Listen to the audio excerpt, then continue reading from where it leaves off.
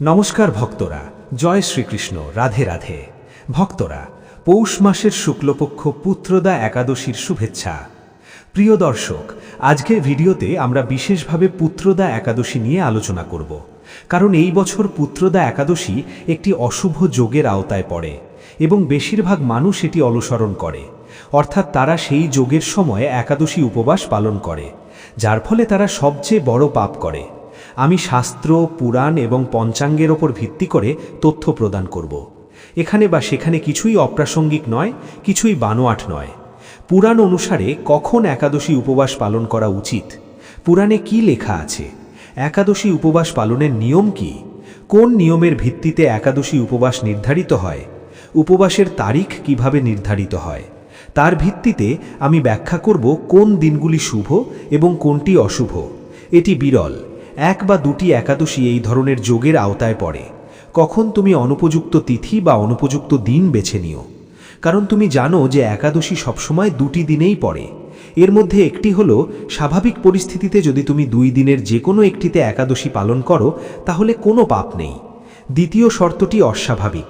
সেক্ষেত্রে যখন একাদশীকে 2 দিনের বলা হয় তখন একটি দিন অশুভ এবং অন্য দিনটি অত্যন্ত শুভ, তাই সেখানে নির্বাচন করা খুবই গুরুত্বপূর্ণ হয়ে ওঠে। আচ্ছা, এর মধ্যে একটি গুরুত্বপূর্ণ বিষয় হলো যে অশুভ দিনটি বেশি উপযুক্ত বলে মনে হয়। হ্যাঁ, এটি এই দিনে পালন করা উচিত। বাস্তবে এটি সেই দিনে পালন করা অনুপযুক্ত, এটি সেই দিনে পালন করা উচিত নয়। যদি এই দিনটিই হয় তাহলে এই একাদশীতে সঠিক দিন নির্বাচন করা খুবই গুরুত্বপূর্ণ, কারণ একাদশীর 2টি দিনে একটি দিন অত্যন্ত অশুভ এবং অন্যটি অত্যন্ত শুভ কাজের জন্য। তাই সঠিক দিনটি নির্বাচন করুন, এর জন্য সঠিক তথ্য আপনার কাছে পৌঁছানো প্রয়োজন।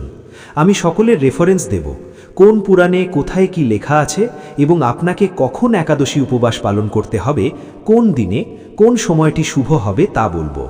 এই একাদশীর মহিমা অনেক বেশি, কারণ বড়ি একাদশী হলো সন্তান জন্মদানকারী একাদশী। এই একাদশীর উপবাস সকলকেই পালন করতে হয়। মানুষ উপবাস করে। এই একাদশীর পূজার পদ্ধতি কি হবে, এই একাদশীর উপবাস কোন নিয়ম অনুসরণ করা উচিত, এইভাবে এই ভিডিওর মাধ্যমে আপনাকে সম্পূর্ণ শাস্ত্রীয় তথ্য সরবরাহ করা হবে। আপনাদের কাছে অনুরোধ, যদি ভিডিওটি আপনার কাছে সামান্যতম কার্যকর মনে হয় তাহলে একবার লাইক করুন এবং লক্ষ লক্ষ মানুষকে পাপ থেকে বাঁচাতে দয়া করে এই ভিডিওটি যতটা সম্ভব শেয়ার করুন এবং ফরওয়ার্ড করুন, যাতে সবাই সঠিক শাস্ত্রীয় তথ্য পেতে পারে এবং সঠিক দিনে এবং সঠিক সময়ে এই উপবাস পালন করতে পারে। আমি বারবার এই বিষয়টির ওপর জোর দিচ্ছি, কারণ গুগলে যে দিনটির কথা বলা হচ্ছে তাও ভুল। একাদশীকে অশুভ দিনে পালন করার পরামর্শ দেওয়া হচ্ছে। এটি এখনও পরিবর্তিত হয়নি, তবে ধীরে ধীরে। আর ভুল আপনার উপবাসের সাফল্যের জন্য, সন্তানের জন্মের জন্য, আপনার সন্তানের দীর্ঘজীবনের জন্য কমেন্ট বক্সে জয় শ্রী হরি অথবা ওম নমো ভগবতী বাসুদেবায় লিখুন। ইউটিউব পরম সত্য চ্যানেল দেখছেন, এখানে আমরা সমস্ত উপবাস এবং উৎসব সম্পর্কে সঠিক শাস্ত্রীয় তথ্য প্রদান করি। আমরা আপনাকে জ্যোতিষশাস্ত্র এবং পঞ্চাঙ্গ অনুসারে বলি কোন তারিখ কোনটি, কখন উপবাস পালন করা উচিত, কি কি পদ্ধতি, নিয়ম এবং কি কি ভুল এড়িয়ে যাওয়া উচিত। আপনি যদি সমস্ত উপবাস এবং উৎসব সম্পর্কে সঠিক শাস্ত্রীয় তথ্য পেতে চান তাহলে দয়া করে পরম সত্য চ্যানেলটি সাবস্ক্রাইব করুন এবং বেল আইকনটি টিপুন। প্রিয় দর্শক, আসুন তথ্য শুরু করি। আসন্ন একাদশী সম্পর্কে কথা বলা যাক। প্রিয় দর্শক, পৌষ মাসের শুক্লপক্ষে যে একাদশী পড়ে তাকে পুত্রদা একাদশী বলা হয়। এটি একটি অত্যন্ত শুভ একাদশী। এটিকে বড়ি একাদশীও বলা হয়। এই একাদশী নিঃসন্তান দম্পতিদের জন্য ঈশ্বরের এক ধরনের আশীর্বাদ, কারণ এটি সন্তান এবং পুত্র সন্ততি প্রদান করে বলে বিশ্বাস করা হয়। এই একাদশী মানবজাতির জন্য মঙ্গল বয়ে আনে বলে বলা হয়। শাস্ত্রে বলা হয়েছে যে যারা এই একাদশী উপবাস পালন করেন তারা পৃথিবীর সমস্ত সুখ স্বাচ্ছন্দ্য লাভ করেন, এবং যারা সন্তান কামনা করে এই উপবাস পালন করেন তারা সন্তান লাভের আশীর্বাদ লাভ করেন এবং জীবনের শেষের দিকে মোক্ষ লাভ করেন। প্রিয় দর্শক, এই একাদশী সব কিছু প্রদান করে। পৃথিবীতে থাকাকালীন আপনি ধন সম্পদ, সমৃদ্ধি, দীর্ঘায়ু এবং সুস্বাস্থ্য লাভ করেন। এরপর যারা সন্তান কামনা করেন, যদি তা পান তবে তারা অবশেষে বৈকুণ্ঠ লাভ করবেন। সকলের অবশ্যই এই একাদশী পালন করা উচিত। এখন আসুন আলোচনা করা যাক কিভাবে এই একাদশী উপবাস পালন করতে হবে, উপবাসের আগের দিন পালনের নিয়ম কি, এবং তারপর আমরা সরাসরি এই একাদশী উপবাস কখন পালন করতে হবে সেই বিষয়ে চলে যাব। কেন? কারণ এটি একটি অত্যন্ত গুরুত্বপূর্ণ বিষয়, এটি একটি অত্যন্ত জটিল বিষয় এবং এর বিস্তারিত ব্যাখ্যা এবং বোঝার প্রয়োজন। প্রিয় দর্শক, একাদশী উপবাসের জন্য দশমী তিথি থেকেই কিছু নিয়ম পালন শুরু করা উচিত। কারণ একাদশী উপবাস 3 দিনের আচার। এটি 3 দিনের আচার, এটি একদিনের উপবাস নয়। প্রথম দিন অর্থাৎ দশমী তিথিতে আপনাকে কিছু নিয়ম মেনে চলতে হবে, কিছু নিয়ম মেনে চলতে হবে। উদাহরণস্বরূপ, আপনাকে কিছু জিনিস ত্যাগ করতে হবে। দশমী তিথিতে পিতলের বাসনপত্র ত্যাগ করতে হবে। পিতলের জিনিসপত্র ব্যবহার নিষিদ্ধ। দশমী, একাদশী, দ্বাদশীতে আপনাকে দশমী তিথিতেই রসুন, আদা ইত্যাদি ত্যাগ করতে হবে। যারা একাদশী উপবাস পালন করেন তাদের উপবাসের একদিন আগে রসুন এবং পেঁয়াজ ত্যাগ করা উচিত। অর্থাৎ যারা মাংস এবং মদ্যপান করেন এবং একাদশী উপবাসও পালন করেন তাদের একদিন আগে মাংস এবং মদ্যপান ত্যাগ করা উচিত। উপবাসের একদিন আগে মসুর ডাল খাওয়া উচিত নয়। দশমী তিথিতেই মসুর ডাল ত্যাগ করা বলে জানা যায়। এখন ছোলার শাকের মরশুম, তাই মনে রাখবেন দশমী তিথিতে অথবা উপবাসের একদিন আগে আপনাকে ছোলার শাক সম্পূর্ণরূপে বর্জন করতে হবে। এই একাদশী রীতিতে মধুও নিষিদ্ধ। অতএব দশমী তিথি থেকে শুরু করে আপনাকে মধুও ত্যাগ করতে হবে। দশমী তিথির কিছু নিয়ম আপনাকে মেনে চলতে হবে, যেমন ব্রহ্মচর্যের নিয়ম। আপনি, মা এবং বোনেরা একাদশী উপবাস পালন করুন বা না করুন, চুল ধোয়ার নিয়ম আছে। শাস্ত্র একাদশীতে চুল ধোয়া নিষিদ্ধ। চুল ধোয়া নিষিদ্ধ এবং পবিত্রতা অপরিহার্য। অতএব উপবাসের একদিন আগে আপনার চুল ধুয়ে ফেলুন। আপনার চুল ধুয়ে ফেলুন এবং তারপর ব্রহ্মচর্য পালন করুন। উপবাস ভাঙার আগ পর্যন্ত আপনি ব্রহ্মচর্যের নিয়ম পালন করবেন এবং পবিত্রতা বজায় রাখবেন। যদি সম্ভব হয় উপবাসের আগের দিন দশমী তিথিতে দিনে কেবল একবার খাওয়া উচিত। দিনের বেলায় কেবল খাবার খাওয়া, রাতে খাওয়া নিষিদ্ধ।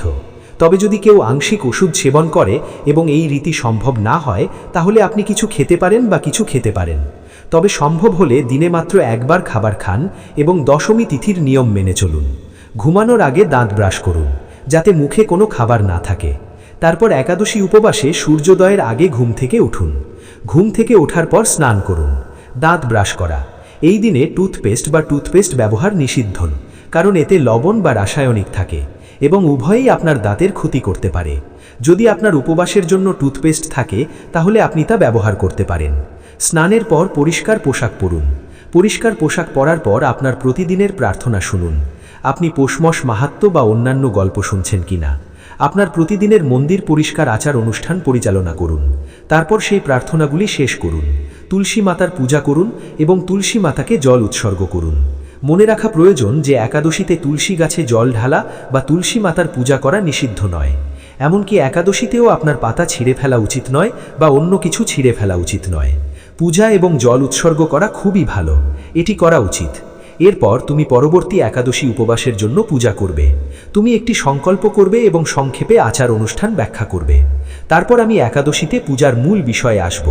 তোমার কাছে ভগবান বিষ্ণুর একটি ছবি বা মূর্তি থাকা উচিত। তাকে স্থাপন করার জন্য একটি মঞ্চ নেওয়া উচিত। মঞ্চে ছড়ানোর জন্য তোমার কাছে লাল বা হলুদ কাপড় থাকা উচিত। উপরিক্ত তোমার রলি, মৌলি, পান, সুপারি, লবঙ্গ, এলাচ, ধূপ, একটি প্রদীপ এবং নৈবেদ্য নিবেদন করা উচিত। নৈবেদ্য মানে ফল বা হলুদ মিষ্টি নিবেদন করা। যদি তুমি খুশি না হও তাহলে তুমি চিনির মিছরি নিতে পারো। এরপরে অবশ্যই পবিত্র সুতো পরবে। যদি সম্ভব হয় ঈশ্বরকে উৎসর্গ করার জন্য সুগন্ধি নিয়ে যাও। এই সমস্ত উপকরণ সংগ্রহ করো। এগুলি সংগ্রহ করার পর তোমার পূজাস্থলে যেখানেই পূজা করো সেখানে একটি মাটির ওপর বসো। সমস্ত উপকরণ সংগ্রহ করো। একটি তামার পাত্র নিন এবং পাত্রটি ভালোভাবে পরিষ্কার করো। একটি বাটি নিন। এরপরে প্রথমে কিছু গঙ্গা জল দিয়ে এটি পূরণ করুন। তারপর বিশুদ্ধ জল দিয়ে এটি পূরণ করুন। একটি ফুলের মাধ্যমে আপনি যেখানে বসে পূজা করছেন অথবা ঈশ্বরকে যে সমস্ত উপকরণ অর্পণ করতে যাচ্ছেন তার উপর জল ছিটিয়ে দিন। এই জল ছিটিয়ে আপনি স্থানটিকে পবিত্র করেছেন এবং উপকরণগুলিকে পবিত্র করেছেন। দেবতাকে স্থাপন করুন। স্থাপনের জন্য একটি মঞ্চ বিছিয়ে দিন। মঞ্চের উপর একটি লাল বা হলুদ কাপড় বিছিয়ে দিন এবং দেবতার একটি ছবি বা মূর্তি আপনার যা কিছু আছে তার উপর রাখুন। দেবতাকে স্থাপন করার পরে তার ডান দিকে একটি ঘি প্রদীপ রাখুন। যদি আপনার কাছে তেলের প্রদীপ থাকে তবে এটি তার বাম দিকে জ্বালান। বিপরীত দিকে ধূপ রাখুন। দেবতাকে স্থাপন করার পরে আপনার হাত ধুয়ে নিন। পাত্র থেকে জল নিন। হাত ধোয়ার পরে 3 বার জলচমনি করুন। আপনি একটি পানীয় পান করবেন। ওম কেশবায় নমঃ বলুন। জল পান করুন। ওম মাধবায় নম, জল পান করুন। ওম নারায়ণায় নম, জল নিন, পান করুন। ওম হর্ষিকেশায় নম, জল নিন, হাত ধুয়ে নিন। নিজের গায়ে তিলক লাগান, একটি পবিত্র সুতো বেঁধে দিন। তারপর আপনি একটি সংকল্প করবেন। সংকল্প করার জন্য আপনার ডান হাতে জল নিন, দক্ষিণা হিসেবে কমপক্ষে 1 টাকার মুদ্রা রাখুন। আপনি যে পরিমাণ অতিরিক্ত রাখতে চান তা রাখতে পারেন। এটি 3 বার জপ করুন। ওম শ্রী বিষ্ণু, ওম শ্রী বিষ্ণু, ওম শ্রী বিষ্ণু। আপনার নাম, গোত্র, আপনি যেখানে বসে আছেন, বাড়ির নম্বর, এলাকার নাম, শহরের নাম, শুক্লপক্ষ একাদশী, মৃত্যুবার্ষিকী, বয়স, স্বাস্থ্য, সমৃদ্ধি, ধন, সমৃদ্ধি, ধন, ভগবান শ্রী হরি বিষ্ণু, প্রসন্ন ধন, পুত্র প্রাপ্তি, শঙ্কর বলুন, শতশ্রী বিষ্ণু বলুন এবং ভগবানের চরণে উৎসর্গ করুন। এইভাবে সংকল্প করার পর আপনি এখন ভগবানের পূজা করবেন। আমি এখানে পূজা পদ্ধতি বিস্তারিতভাবে ব্যাখ্যা করব না, কারণ এতে অনেক সময় লাগবে। এর জন্য আমাদের পূজা পদ্ধতির ভিডিওটি দেখুন। সংক্ষেপে, ভগবানকে স্নানের জন্য জল অর্পণ করুন, তাকে স্নান করান, স্নানের পর তাকে পঞ্চামৃত দিয়ে স্নান করান, তারপর তাকে আবার বিশুদ্ধ জল দিয়ে স্নান করান। আপনি ভগবানকে পোশাক অর্পণ করবেন, পবিত্র সুতোর একটি টুকরো ভেঙে ভগবানকে উৎসর্গ করবেন। বস্ত্র অর্পণ করার পর আপনি ভগবানের কাছে একটি পবিত্র যজ্ঞ করবেন। পবিত্র যজ্ঞের অর্থ পবিত্র। পবিত্র সুতো কখনোই একইভাবে উৎসর্গ করা উচিত নয়। পবিত্র সুতো নিবেদনের আগে এতে তুলোর তিলক লাগান। তিলক লাগানোর পর এটিকে পবিত্র নৈবেদ্য হিসেবে নিবেদন করুন। পবিত্র নৈবেদ্য নিবেদন করার পর ঈশ্বরকে সুগন্ধি লাগান। একটি ফুলে সুগন্ধি লাগান। ফুলে সুগন্ধি লাগান এবং তারপর তা নিবেদন করুন। সুগন্ধি লাগানোর পর ঈশ্বরকে তিলক লাগান। তুলো দিয়ে তিলক লাগান। তিলক লাগানোর পর ফুল নিবেদন করুন। ধূপ দিন, একটি প্রদীপ দেখান। ধূপ এবং প্রদীপ নিবেদনের পর ঈশ্বরকে নৈবেদ্য উৎসর্গ করুন। আপনার যা কিছু আছে তা নৈবেদ্য হিসেবে নিবেদন করুন। ফল, মিষ্টি এবং 1 চামচ জল। নৈবেদ্য হিসেবে পান পাতা নিবেদন করুন। সুপারি একটি প্রয়োজনীয় আচার। আমি আপনাকে জানাতে চাই যে আপনি সকলেই পুত্রদা একাদশী উপবাস পালন করছেন। যদি আপনি পুত্র লাভের জন্য এটি পালন করেন তাহলে একটি পান পাতা নিন, এতে 2টি লবঙ্গ, 2টি এলাচ, একটি সুপারি এবং সামান্য কর্পূর রাখুন। আপনার হাতে পান পাতা ধরুন। ঈশ্বরের কাছে প্রার্থনা করুন, হে প্রভু, আমি পুত্র লাভের জন্য এই একাদশী উপবাস করেছি। আমি আপনাকে এই পূর্ণ পান নিবেদন করছি। দয়া করে এটি গ্রহণ করুন এবং আমার ইচ্ছা পূরণ করুন। ঈশ্বরকে সেই পান নিবেদন করুন। তাম্বলম, পঙ্গি ফলম, শুভ দক্ষিণম। আপনি যে দক্ষিণা দিতে চান তা অর্পণ করুন। হাত জোর করে নমস্কার বলুন। এইভাবে আপনার ইচ্ছা পূরণ হবে। তারপর গল্পটি শুনুন। গল্পের সাথে বিষ্ণু শাস্ত্র নামটিও শুনতে ভুলবেন না।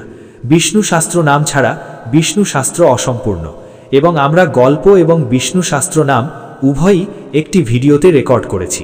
আপনার সুবিধার্থে দয়া করে এটি দেখুন। আমরা একই ভিডিওতে আরতিও রেকর্ড করি, সুতরাং আপনি একটি ভিডিওতে কথা, বিষ্ণু সহস্রনাম এবং আরতি পাবেন। তাহলে আপনাকে আর কিছু খুঁজতে হবে না। এইভাবে গল্পের নিয়ম অনুসারে দিনটি কাটান। ব্রহ্মচর্য পালন করুন এবং সন্ধ্যায় কীর্তন করুন। কীর্তনের তাৎপর্য অনেক, তাই আমি সবসময় আপনাদের জন্য কীর্তন সম্পর্কে ভিডিও আপলোড করি, কারণ শাস্ত্রে বলা হয়েছে কিভাবে কীর্তন করতে হয়, ঢোলক বাজিয়ে, গান গেয়ে এবং নাচের মাধ্যমে। যদি কেউ সেভাবে তা করতে না পারে তাহলে আবৃত্তি শুনে অথবা শাস্ত্র পাঠ করে। আমি আপনাদের জন্য পুরাণে বর্ণিত আবৃত্তি রেকর্ড করি। আমার কাছে একটি ভিডিও আছে যেখানে একাদশীতে কীর্তন এবং জাগরণের উপকারিতা ব্যাখ্যা করা হয়েছে। এটি শোনা খুবই কার্যকর হবে। রাত জাগরণ এবং কীর্তন ছাড়া একাদশী উপবাস অসম্পূর্ণ। মন্দিরে কীর্তন করা হলেও মন্দিরে সর্বত্র হয় না। সকলের মন্দির আছে এবং কীর্তন সর্বত্র অনুষ্ঠিত হয় না। অতএব এই ভিডিওটি খুবই কার্যকর। এর সুবিধা নিন এবং রাত জাগরণের সময়ও রাত জাগরণের উপকারিতা প্রদানকারী আবৃত্তিগুলি শুনুন। আপনার কমপক্ষে 2টো পর্যন্ত জেগে থাকা উচিত। খাদ্যাভ্যাসের ক্ষেত্রে আপনার কেবল ফল এবং শাকসবজি খাওয়া উচিত। খাবার খাওয়া নিষিদ্ধ। একাদশী রীতি অনুসারে মরিচ এবং লবণ ব্যবহারও নিষিদ্ধ। শাস্ত্রে এটা নিষেধ। তুমি ফল এবং দুধ খেতে পারো, একবারই খাবার চেষ্টা করো, কারণ শাস্ত্রে বলা হয়েছে যে যত বেশিবার খাবে, এমনকি যদি এটা শুধু ফলই হয়, তোমার পুণ্য তত কমবে। আমি একাদশী উপবাস সম্পর্কে একটি ধ্রুপদী ভিডিও তৈরি করেছি, যেখানে একাদশী উপবাসের উপকারিতা কিভাবে অর্জন করা যায় তা ব্যাখ্যা করা হয়েছে। আমি সম্পূর্ণ খাদ্য ব্যবস্থা বর্ণনা করেছি। যদি তুমি এটি না দেখে থাকো তাহলে দয়া করে এটি পরীক্ষা করে দেখো। এইভাবে তোমার এই একাদশী উপবাস পালন করা উচিত। পরের দিন তুমি উপবাস ভাঙবে এবং সূর্যোদয়ের আগে ঘুম থেকে উঠবে। ঘুম থেকে ওঠার পর স্নান করবে, পরিষ্কার পোশাক পরবে এবং আমি উপবাস ভাঙার সম্পূর্ণ ভিডিও আপলোড করব। অনুগ্রহ করে তা অনুযায়ী উপবাস পালন করবে, কারণ সকল একাদশীর জন্য উপবাস ভাঙার নিয়ম ভিন্ন। এতে মন্ত্র, নৈবেদ্য এবং পূজার পদ্ধতি সম্পর্কে তথ্য থাকবে। অনেক একাদশীর জন্য ভোরে উপবাস ভাঙা নিষিদ্ধ, তাই আপনার সময় সম্পর্কেও সচেতন থাকা উচিত। শাস্ত্রে বলা হয়েছে যে যদি সময় মতো উপবাস ভাঙা না হয় বা একেবারেই না করা হয় তাহলে আপনার উপবাসের মাত্র 30% পুণ্য লাভ হবে। সেই জন্যই উপবাস ভাঙা এত গুরুত্বপূর্ণ। আপনার অবশ্যই এই ভিডিওটি দেখা উচিত। এবার সবচেয়ে গুরুত্বপূর্ণ দিনটি সম্পর্কে আলোচনা করা যাক। কোন দিনটি আপনার উপবাস করা উচিত, কোন দিনটি অশুভ এবং কোন দিনটি আপনার জন্য উপকারী হবে। শাস্ত্র এ সম্পর্কে কি বলে? প্রিয় দর্শক, আমরা প্রায়শই জানি না যে একাদশীতে কোন দিন উপবাস করা উচিত, আমাদের কিভাবে এটি বেছে নেওয়া উচিত। কিন্তু দেখুন, যদি সত্য কথা বলেন তাহলে শাস্ত্রে বলা হয়েছে যে ভুল দিনটি বেছে নেওয়া আপনাকে নরকে পাঠাতে পারে। কারণ একাদশী উপবাস কখনো কখনো দুটি দিনে পড়ে, প্রথম দিন এবং দ্বিতীয় দিন। তাহলে এখানে সমস্যা হলো আগামীকাল অর্থাৎ একাদশীর পরের একাদশী নাকি আগের দিনের একাদশী পালন করা উচিত। এখন অনেক সময় মানুষ তাদের সুবিধার ভিত্তিতে নির্ধারণ করে। তারা ভাবে, ও না, আমার সেদিন কাজ আছে তাই আজই করব। কেউ কেউ ভাবে, না না, কাল আমি ফ্রি, আজ আমার কাজ আছে তাই আমি আজ একাদশী এড়িয়ে যাব এবং আগামীকালই করব। তাই তাদের নিজস্ব পছন্দের ভিত্তিতে তারা প্রথম দিন নাকি দ্বিতীয় দিনে এটি পালন করবে তা বেছে নেয়। কিন্তু এটি সম্পূর্ণ অনুপযুক্ত। একাদশী উপবাস নির্ধারণের জন্য নিয়ম রয়েছে। শাস্ত্রে বলা হয়েছে যে কোন একাদশী উপবাস পালন করা উচিত এবং কোনটি সম্পূর্ণভাবে এড়িয়ে যাওয়া উচিত। যদি সেদিনে পালন করা হয় তাহলে ফলাফল শুভ হবে না। তাই এখন আমি আপনাকে বলবো যে শাস্ত্রগুলি এ সম্পর্কে কি বলে, কোন শাস্ত্র এটি বর্ণনা করে। প্রথমে আমি আপনাকে বলি যে দুই ধরনের একাদশী রয়েছে, একটি সম্পূর্ণা এবং একটি বিধা। সম্পূর্ণা মানে পুরো দিন, অর্থাৎ একাদশী সূর্যোদয়ের আগে শুরু হয় এবং পুরো দিন স্থায়ী হয়। এরপরে আসে বিধা। বিধা থেকেও আসে বিধা, যে তিথিকে অন্য তিথি দ্বারা আলাদা করা হয়েছে, ঘোষণা করা হয়েছে। অর্থাৎ সকালে একটি তিথি ছিল এবং তারপরে একই দিনে দ্বিতীয় তিথি এসেছিল যা চলে গেছে। বলা হয় যে এটি সবেমাত্র গেছে। এই বিধা দুই প্রকারের, একটি দশমী বিধা এবং অন্যটি হলো দ্বাদশী বিধা। দশমী বিধা হলো সেই তিথি যেখানে দশমী তিথিতে সূর্যোদয় হয়েছিল এবং পরে একাদশী এসেছিল, যা দশমী বিধা হয়ে যায়। অর্থাৎ যিনি একাদশী বেধনা করেছিলেন দশমী বিধা, এবং অন্যটি হলো দ্বাদশী বিধা যাকে পারবিধা বলা হয়। পারবিধা অর্থ পরবর্তী তিথিতে ঘটে যাওয়া বেধনা। তাই যখন দ্বাদশী পরে এসেছিল তখন সেই একাদশী তিথি ছিল সকালে সূর্যের মুখ থেকে, এবং পরে যখন দ্বাদশী এসেছিল তখন তাকে দ্বাদশী বিধা বলা হয়। তাহলে দশমী বিধা এবং দ্বাদশী বিধা, এইভাবে একাদশী দুই দিক থেকে বেধনা। এবং এর মধ্যে সবচেয়ে বড় সমস্যা দেখা দেয়। পূর্ণ নামে কোনো সমস্যা নেই। যখন পরবিধা অথবা আমরা দশমী বিধা অথবা দ্বাদশী বিধা একাদশী বলি তখন কেবল সেখান থেকেই এটি করা প্রয়োজন। এখন কোন একাদশী পালন করা উচিত সে সম্পর্কে শাস্ত্র কি বলে? সৌর্য ধর্মোত্তর গ্রন্থে বলা হয়েছে যে পূর্ববর্তী পদ্ধতিতে যে একাদশী অর্থাৎ দশমী অন্তর্ভুক্ত তাকে পড়িয়া গজ একটি উপবাস বিশেষ হিসেবে বিবেচনা করা উচিত এবং এটি এড়িয়ে যাওয়া উচিত। সৌর্য ধর্মগ্রন্থে বলা হয়েছে যে উপবাস হয় পূর্ণ একাদশীর দিনে অথবা দ্বাদশী অন্তর্ভুক্ত একাদশীর দিনে পালন করা উচিত। দশমীতে যে একাদশী পড়ে তা সম্পূর্ণভাবে এড়িয়ে যাওয়া উচিত। এবার ভবিষ্য পুরাণে ফিরে আসা যাক। ভবিষ্য পুরাণে বলা হয়েছে যে দশমী তিথি যদি সূর্যোদয়ের 1 ঘন্টা 36 মিনিট আগে পড়ে, এমনকি একাদশী ইতিমধ্যে এসে গেলেও সেই দিন উপবাস করা উচিত নয়। সেই দিনের একাদশীও এড়িয়ে যাওয়া উচিত। কেবল সূর্যোদয় নয়, ভবিষ্য পুরাণে আরও বলা হয়েছে যে দশমী যদি সূর্যোদয়ের 1 ঘন্টা 36 মিনিট আগে পড়ে তাহলে এটিকে পড়িয়া গজ একটি উপবাস বিশেষ হিসেবে বিবেচনা করা হয় এবং পড়িয়া গজ একটি উপবাস বিশেষ হিসেবে বিবেচনা করা হয়। পদ্ম পুরাণে লেখা আছে যে একাদশী তিথি সর্বত্র দ্বাদশীর সাথে মিশ্রিত থাকে, অর্থাৎ যে তিথি দ্বাদশীর সাথে মিলিত হয়, যখন একাদশী দ্বাদশীর সাথে মিলিত হয় তখন কেবল সেই একাদশী পালন করা উচিত, কেবল সেই একাদশী পালন করার যোগ্য।